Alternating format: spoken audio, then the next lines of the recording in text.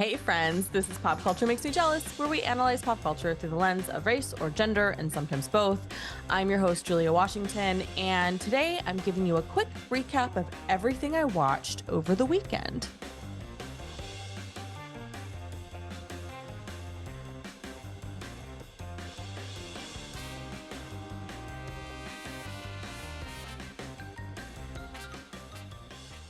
Before we get started, I wanted to let you know a few things. For the month of June, our book club, the Jelly Pops Book Club, is reading The Joylet Club by Amy Tan. You can read along with us, or you can join us on Patreon to get access to our live book club meetups. We also have a new show coming out soon, the Jelly Pops Book Club podcast. We get into books and their screen adaptations. So go and subscribe wherever you get your podcasts so you get all the fun bookish content. If that's not for you or your thing, that's totally fine. Tell your friends who might be into that bookish content all about it.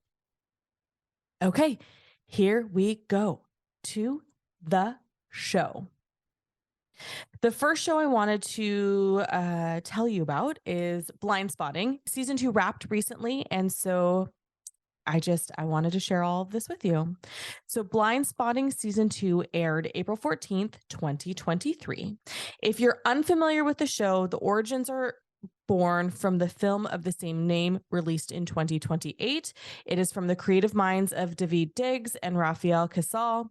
The universe that they created is set in real-life Oakland, California. Blindspotting this series follows Ashley, played by Jasmine Cephas Jones, and Miles, played by Rafael Casal, as they navigate Miles's incarceration. So in season 1, it opens with Miles being arrested on New Year's Eve.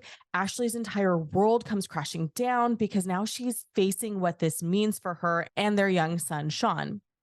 She moves in with Miles' family, and the adjustment period is real, y'all. She has this contentious relationship with Miles' sister, Trish. And at the same time, Miles' mother, Rainey, is trying her best to make Ashley and Sean feel like it's their home too. So season 1 brought this poetic beauty to the screen using spoken word, song, rap, dance, and the fundamentals of theater to bring us into this uniqueness that is Oakland, California.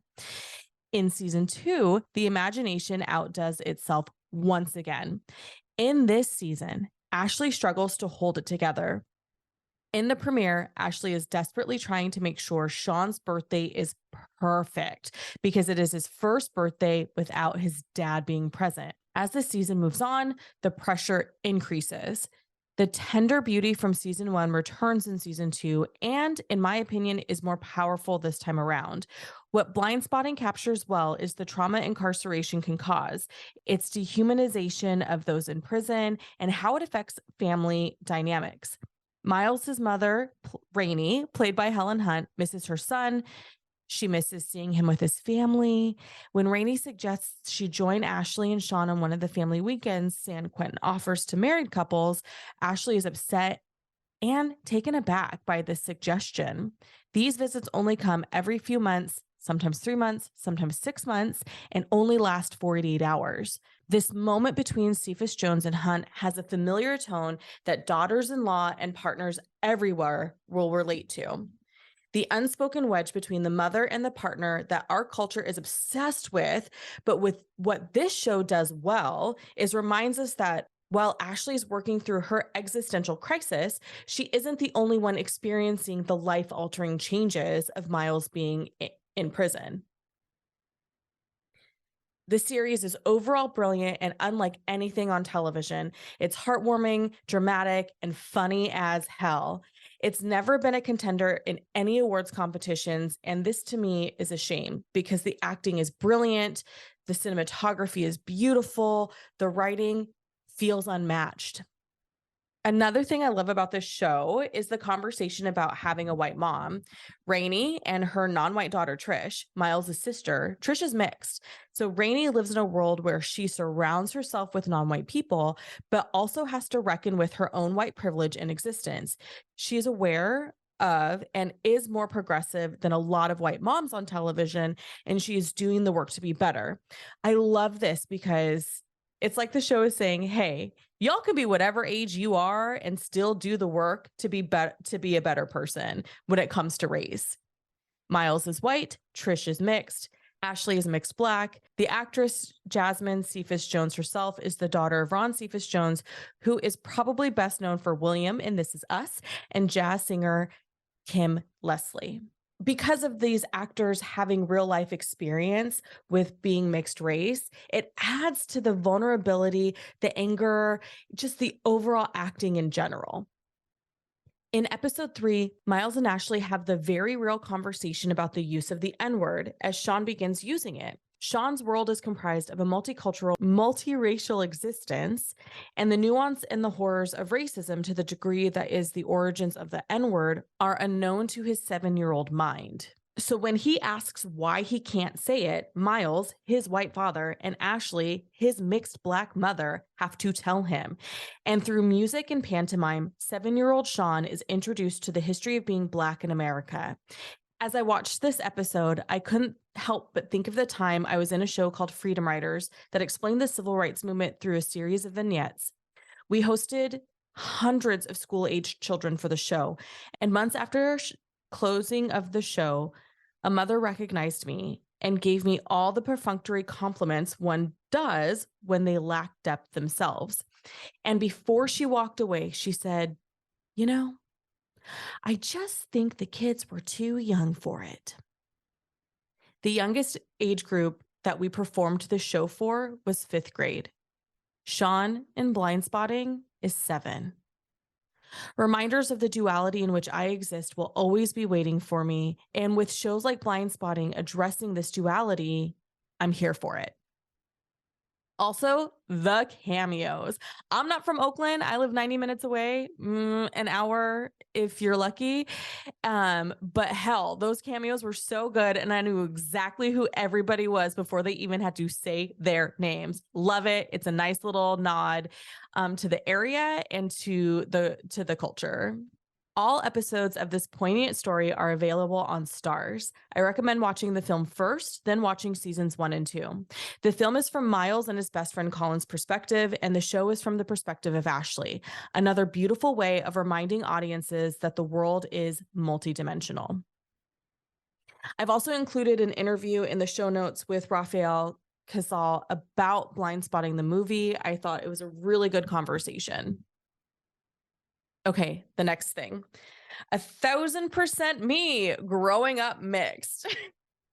Y'all, I was so excited because we all know I am looking for other mixed people, and I'm trying to find a community in that, because being mixed in America, as I have mentioned so many times, is a mind mess.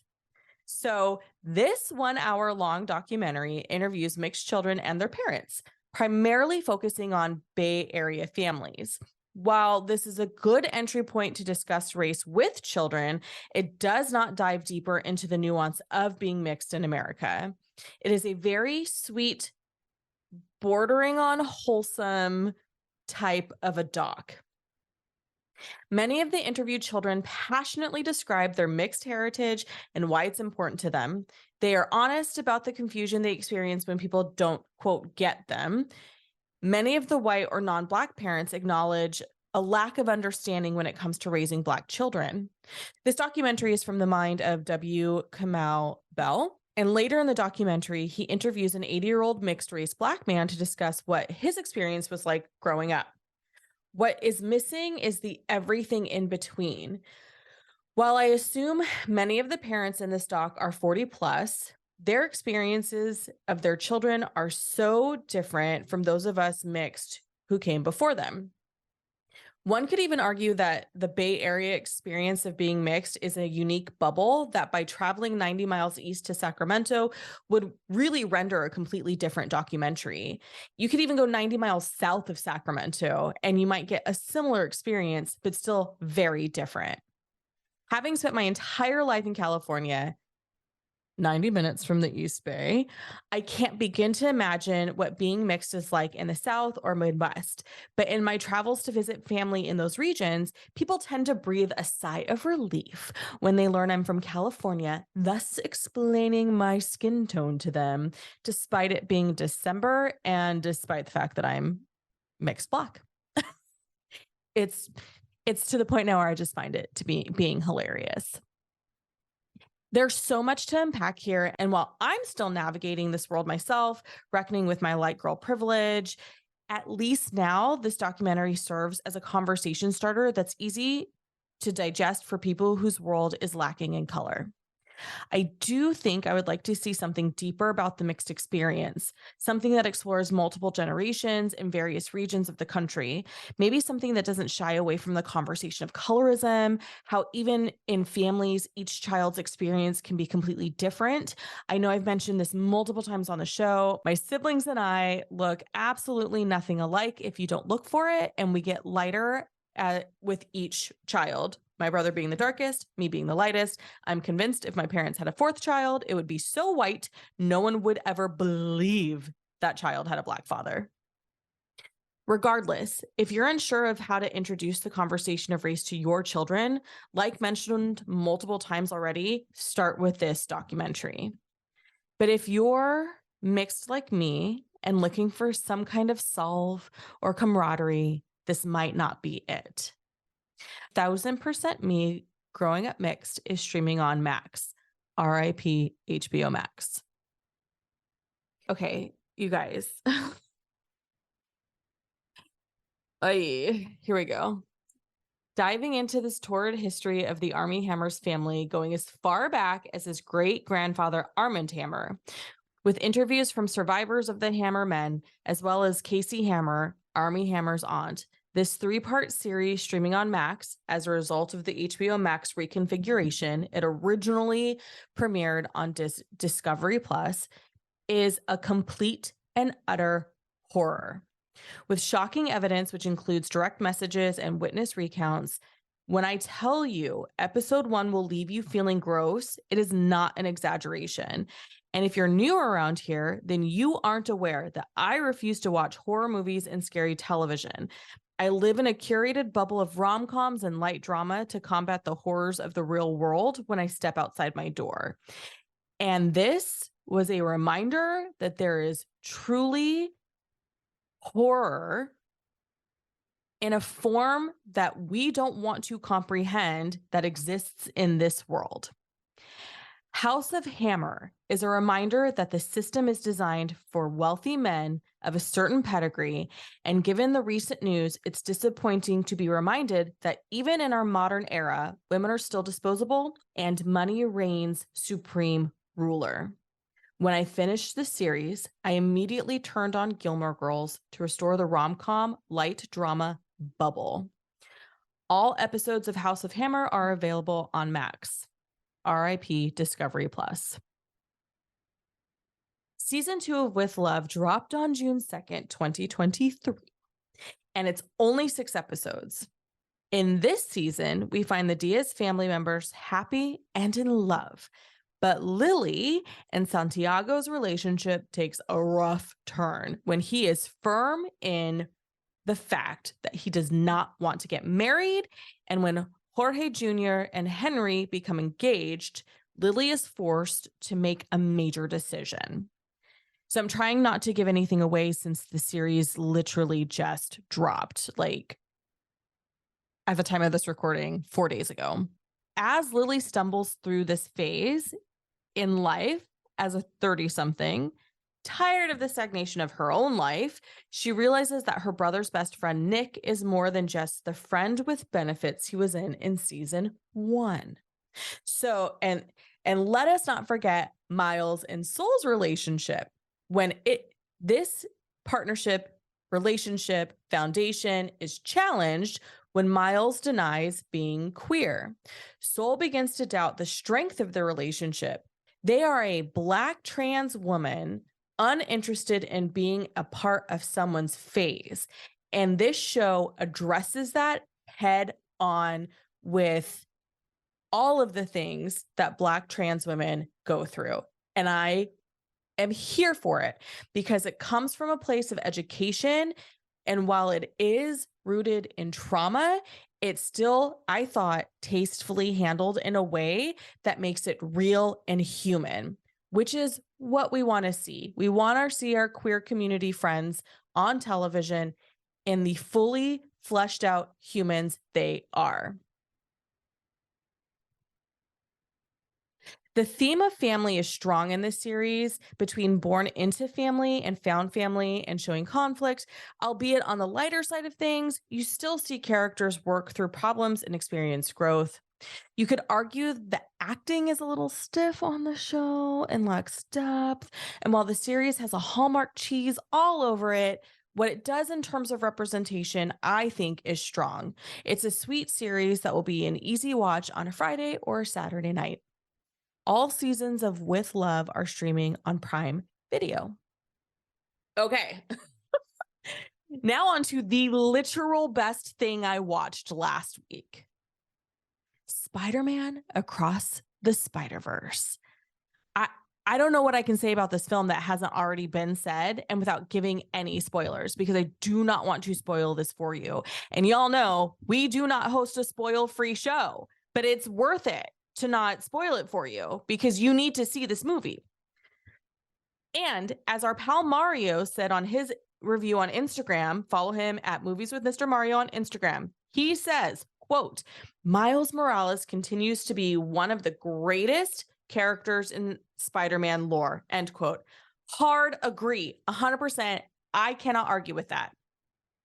At the same time, though, this next installment of Miles Morales' journey at first had me feeling like, why is the setup so long? Why is this movie over 2 hours? But as you go along the journey, it all comes into focus and makes sense. I think another reason why I love Miles Morales as Spider-Man is that he's a mixed kid with a Black dad who's in law enforcement. You know, that's something I relate to heavily if you've been around for a while. And once again, the art is stunning with 6 different distinct animation styles. The marriage of all of these is seamless and natural, making you feel like you are in the Spiderverse with Miles. While I tend to complain that there's usually too much going on in movies these days, Across the Spiderverse is no exception, but here it works because Miles isn't a character existing in his own universe. He is a character existing in multiple universes. This multi-layered story is necessary to highlight the exact reason why we are all here. The multiverse is in peril. Spider-Man Across the Spiderverse is playing exclusively in theaters, so get your butts to the movie theater ASAP because watching this one on the big screen is an absolute must because visually, the soundtrack is just as good as the last one. Go, get there. Go, go, go. So that's what I watched last weekend. I enjoyed pretty much all of it. The one thing that I started that I didn't finish is Babylon. I got 20 minutes into Babylon, saw that it was a 3-hour movie and thought there's no reason for this to be a 3-hour movie. We're 20 minutes in and all I can remember is that an elephant took a shit. So I don't recommend that movie personally. It wasn't visually compelling enough to keep me engaged for whatever the fuck is supposed to happen in that film. With all of that said, if you have watched any of these pop culture properties, shoot me a DM so we can talk about them. You can find the show on Instagram at Pop Culture Makes Me Jealous, or you can follow me, the Julia Washington. Pop Culture Makes Me Jealous is written, edited, and produced by me, your host. This is an independent podcast, so your support through rating and reviewing on your podcast player or joining our Patreon helps keep the show alive. If you loved this episode, or any of our episodes for that matter, share it with someone else who might love it too. In the meantime, thanks for tuning in, y'all.